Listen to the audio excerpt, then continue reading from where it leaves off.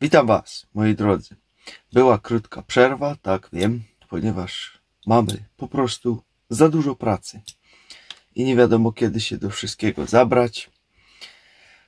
Ręce mam tylko dwie i ciężko to wszystko razem pogodzić, żeby to po prostu wszystko razem funkcjonowało. A i teraz cieplej na dworze, lato, jak to się mówi, więcej roboty. Niestety gdzieś trzeba coś ująć, ale jak już tutaj jestem, mam chwilkę, to może dzisiaj przerobimy sobie taki fajny temacik, który się nazywa paraliż senny.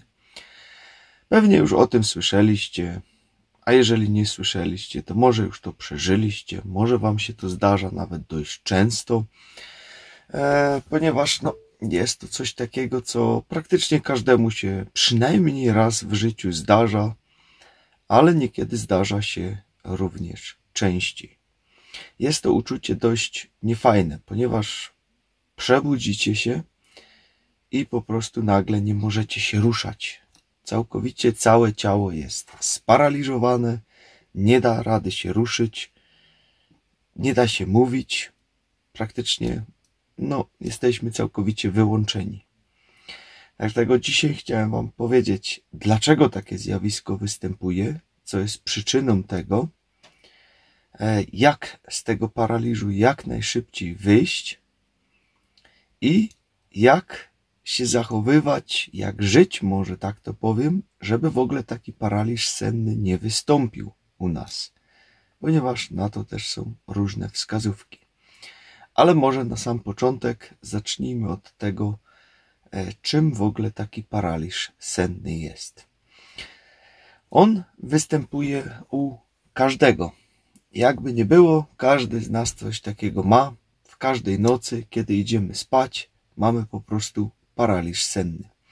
Ponieważ nasz mózg wyłącza w nocy wszystkie większe grupy mięśni i tak dalej, również i te nawet mniejsze są lekko wyłączone, po to, że kiedy nam się coś śni, mamy jakieś przeróżne sny, że gdzieś tam, nie wiem, biegamy, cokolwiek innego w tym śnie, to żebyśmy po prostu podczas tego snu tam nie wymachywali rękami, nogami i nie wiadomo co jeszcze, bo byśmy mogli sobie krzywdę zrobić lub też, nie wiem, partnera czy partnerkę byśmy tam podrapali podczas tego snu, bo będzie nam się śniło, że wdrapujemy się na ścianę.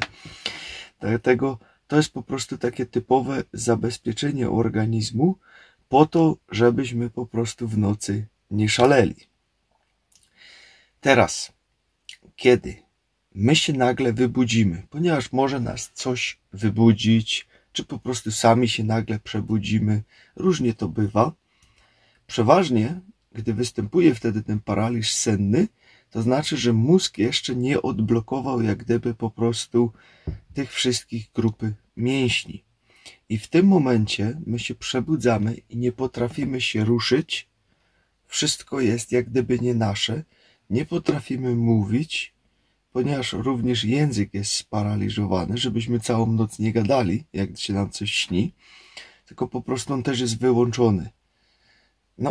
I wtedy jest to takie dość ciekawe zjawisko, ponieważ my znajdujemy się jeszcze jak gdyby częściowo w śnie, a częściowo już jesteśmy przebudzeni. I u niektórych ludzi to się może przemieszać w tym momencie. I tutaj mogą występować na przykład czujesz jakieś inne zapachy, czujesz jakby ktoś gdzieś był obok ciebie, czasem widzisz kogoś, przeróżne rzeczy się tutaj dzieją, ponieważ tutaj po prostu sen się z rzeczywistością zlewa w jednym miejscu. Ale najgorsze w tym wszystkim jest to, że ty nie potrafisz się ruszyć i nie potrafisz nic powiedzieć i jesteś totalnie, całkowicie wyłączony jak gdyby z tego wszystkiego. I tutaj u wielu osób występuje wtedy w tym momencie strach. Tak, bo dzieje się coś dziwnego, więc po prostu nadchodzi strach. I to jest po prostu błąd, ponieważ tego się nie wolno bać, bo kiedy ty zaczynasz się tego bać, to wtedy właśnie jeszcze wszystko się to jak gdyby pogłębia, pogarsza i niepotrzebny stres dla naszego organizmu i dla wszystkiego wokół, ponieważ taki paraliż senny to jest normalna rzecz. którą mamy każdej nocy. Chociaż są i tacy, którzy mają go troszeczkę mniej, bo no, potrafią w nocy się ruszać i nie wiadomo co jeszcze, wymachiwać rękami, nogami. Są też tacy, którzy w nocy to mają, czyli mają po prostu mniej tego paraliżu. Ale teraz co zrobić, kiedy już taki paraliż senny występuje, a my chcemy go jak najszybciej przerwać? Mam dla Was parę takich trików, które można tutaj wykorzystać. Pierwszym z tych takich trików na przykład to jest ruszać małymi mięśniami. Ponieważ te duże nie będą reagować na pewno. Więc co? Końcówki palców próbować tym poruszać. Palcami u nóg można również próbować ruszać. Można ruszać tutaj skrzydełkami nosa, taką. Coś takiego, nie wiem. No. Tym można ruszać, próbować tutaj ruszać. Można próbować język rozruszać na przykład, chociaż on też jest sparaliżowany w tym paraliżu sennym, ale już można tutaj próbować go ruszać. To już pomaga. Kolejny taka wskazówka to jest na przykład ruszać oczami. Oczy podczas paraliżu sennego nie są sparaliżowane. Czyli po prostu szybkie ruchy oczami. Lewo, prawo, góra, dół, jak najbardziej. Cały czas ruszać i w międzyczasie próbować rozruszać już głowę. To może pomóc tutaj, żeby odzyskać kontrolę nad całym ciałem. Kolejna rzecz to jest na przykład oddech.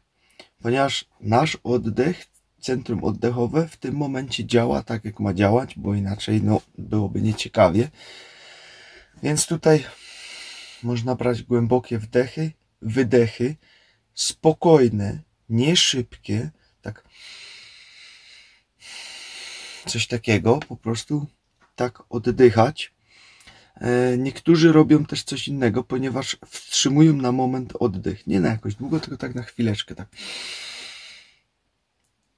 I przytrzymują go chwilkę, ponieważ wtedy mózg odbiera to, troszeczkę mamy mniej tlenu, lekkie zachwianie i automatycznie odzyskujemy kontrolę nad naszym organizmem, ponieważ to jest po prostu taki starodawny mechanizm obronny jak gdyby każdego organizmu. No okej, trzeba się ruszać, bo brakuje tutaj powietrza i wtedy następuje całkowite takie wybudzenie jak gdyby.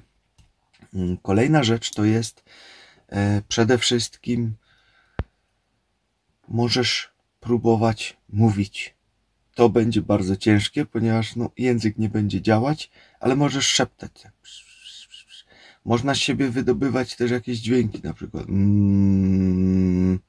ponieważ to powinno działać. Oczywiście, jeżeli czujesz się niekomfortowo, nie zdarza ci się to co noc, tylko raz na jakiś czas, czy tam coś tego, no i będziesz czuć się lepiej, na przykład jak tam męża obudzisz tym, to możesz właśnie takie dźwięki wydawać z siebie i to wtedy on ci tam pomoże, ponieważ on się pewnie obudzi i zacznie tam porusza tobą, co tam z tobą się dzieje.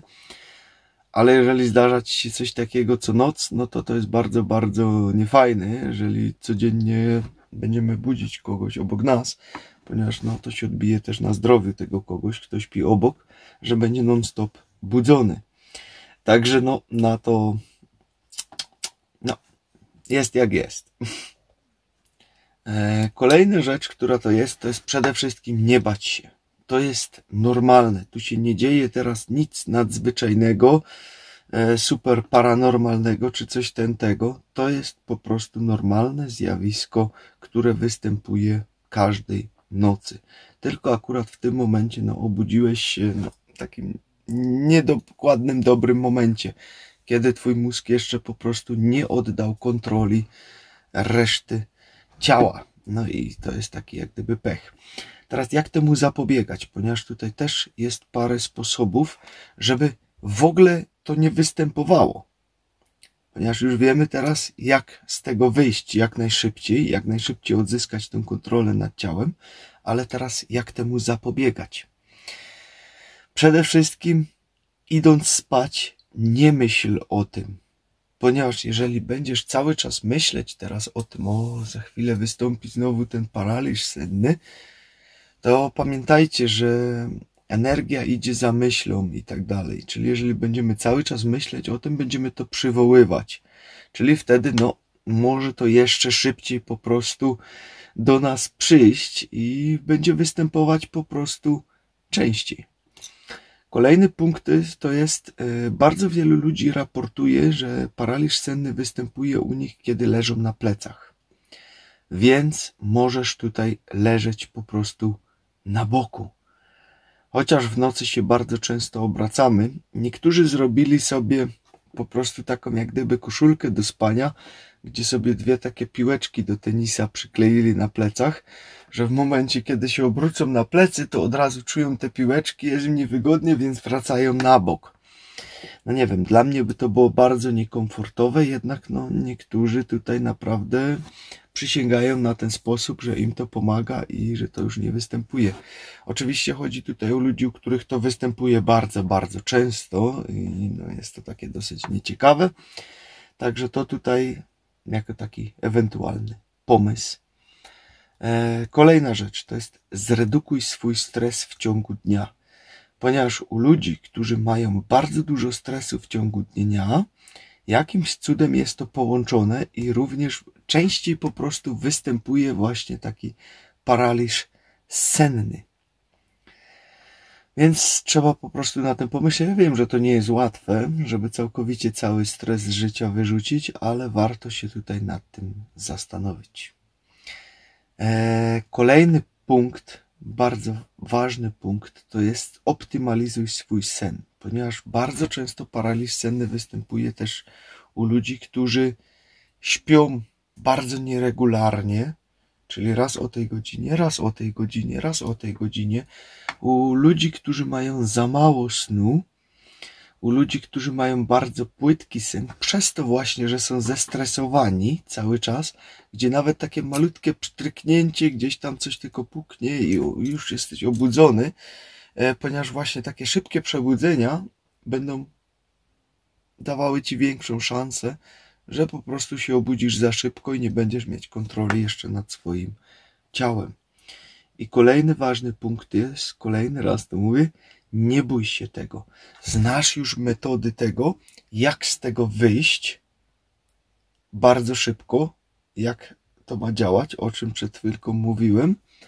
I wiesz teraz już to, że to nie jest nic nadzwyczajnego. Tu się nie dzieje nic nadprzyrodzonego i nie wiadomo co jeszcze. Jak coś widzisz i tak dalej, to bardzo często po prostu twój sen się przemieszał z rzeczywistością. Ponieważ ty jeszcze się do końca nie obudziłeś. Ty jesteś jeszcze jak gdyby w tym tak zwanym twilight. Czyli pomiędzy tym światem snu, a pomiędzy tym światem rzeczywistym. Więc nic złego się tutaj nie dzieje. Po prostu na spokojnie poczekać moment, zrobić wszystkie punkty, które mówiłem wcześniej i odzyskać swoją kontrolę nad ciałem, wszystko jest ok. No i taki jeszcze ostatni ciekawy punkt, taka mała ciekawostka. Wiele ludzi właśnie nie chce mieć paraliżu sennego, ale jest też taka grupka ludzi, którzy bardzo się cieszą, kiedy mają paraliż senny i po prostu nawet starają się go wywołać. Specjalnie. Dlaczego? Ponieważ w momencie, kiedy nie masz tej kontroli nad swoim ciałem, tym ludziom bardzo łatwo jest wejść w podróże astralne. Ponieważ ciało jest wyłączone, połowa rzeczy i tak nie działa, więc oni tutaj całą uwagę w tym momencie skupiają po to, żeby po prostu wyjść z ciała i zrobić sobie podróż astralną. To jest bardzo ciekawy temat, ponieważ tam jest bardzo wiele rzeczy możliwych. Można wiele podróży fajnych zrobić, tak jak się to i mówi, podróże astralne. Pomimo, że twoje ciało leży w łóżku, ale ty się przemieszczasz, widzisz sam siebie, przechodzisz przez ścianę i tak dalej. Lecisz nad swoim domem, lecisz nad miejscowością. Przeróżne rzeczy są możliwe, ale temat podróży astralnych sobie zrobimy kiedy indziej, w osobnym filmie. Takim bardziej to po prostu rozpracuję z technikami i tak dalej. które ja też używam i tak dalej. Także to o tym kiedy indziej sobie zrobimy, będziemy tutaj teraz robić miszmasz i mieszać wszystko do kupy, bo nie o to chodziło w tym filmie, ale to tylko dałem jako ciekawostkę, że jeżeli u kogoś to bardzo często występuje, to można to wykorzystać i zrobić z tego coś dobrego i nauczyć się po prostu podróży astralnych. U mnie to nie występuje zbyt często, miałem to może z 2 razy w życiu, także no niestety mi się to akurat do podróży astralnych nie przydało, ponieważ tego nie mam, ale jeżeli ktoś to ma bardzo często, to można to też i pozytywnie wykorzystać. Także, moi drodzy, tyle na dziś. Sorki za dłuższą przerwę. W filmach nic nie poradzę, nie potrafimy się rozdwoić, bo to jest takie śmieszne, żeby po prostu móc nagrywać, to ja muszę najpierw pracować. No cóż, także tyle na dziś. Trzymajcie się. Hej.